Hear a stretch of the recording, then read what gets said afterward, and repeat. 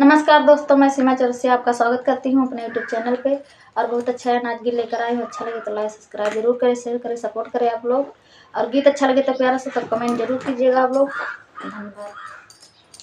आए गए आंधिया बुताई गए देना मुसबेलन वालाई गना, मुसबेलन वालाई गना हमारी धानिया है रानी, मुसबेलन वालाई गना हमारी धानिया है रानी, मुसबेलन वालाई गना।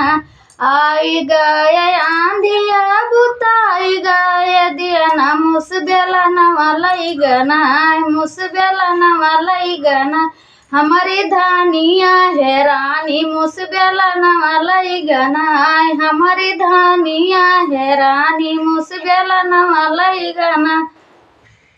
सासु हियरई आढ़ई नाना दहियर गढ़ई मोर सजनवा हियरई ना मोर बलमवा हियरई ना वही उखिया हरिया मोर बलमवा हियरई ना वही उखिया हरिया मोर बलमवा हियरई ना। सासु हियरई आढ़ई नाना दहियर गढ़ई मोर सजनवा हियरई ना मोर सजनवा हियरई ना वही उखिया हरिया मोर सजनवा हियरई ना वही उखिया हरिया मोर सजनवा हियरई ना। आई गए आंधिया बुताई गए देना मुसबेलन वालाई गना, मुसबेलन वालाई गना हमारी धानिया है रानी, मुसबेलन वालाई गना हमारी धानिया है रानी, मुसबेलन वालाई गना।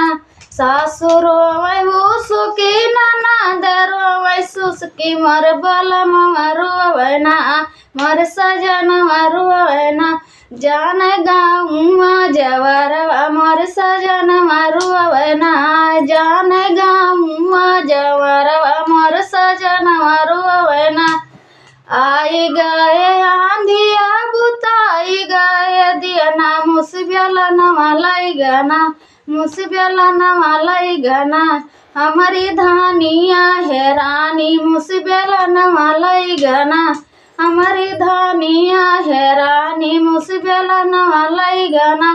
सासु हियर खेतवा ननद खरिहनवा मोर बलमवा हियरई ना मोर सजनवा हियरई ना वही नदिया किनारवा मोर बलमवा हियरई ना वही नदिया किनारवा मोर बलम हियरई ना। आई गए आंधिया बुताई गए देना मुसबेलन वालाई गना, मुसबेलन वालाई गना हमारी धानिया है रानी, मुसबेलन वालाई गना हमारी धानिया है रानी, मुसबेलन वालाई गना। तो दोस्तों, हमारा गीत कैसा लगा आप लोग को? और गीत अच्छा लगे तो प्यारा सा कमेंट जरूर कीजिएगा आप लोग। धन्यवाद।